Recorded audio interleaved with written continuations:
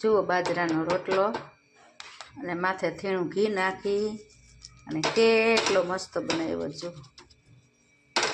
તો આ છે જુવારનો રોટલો છે. શેનો? જુવારનો. મસ્ત ચોપડી નાખ્યો હોય ને એટલે બહુ સરસ ખાવાની મજા આવે.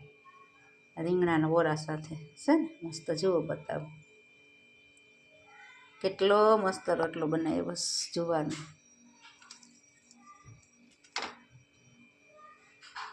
જુઓ છે ને નજીકથી શાઇનિંગ વાળો અને ક્રિસ્પી બહુ મસ્ત છે. જુઓ હરેક સ્ત્રીને બાજરી જુવારનો રોટલો આવડવો જ જોઈએ. જોઈને મોઢામાં પાણી આવી જાય ને એટલો મસ્ત બનાવ્યો છે.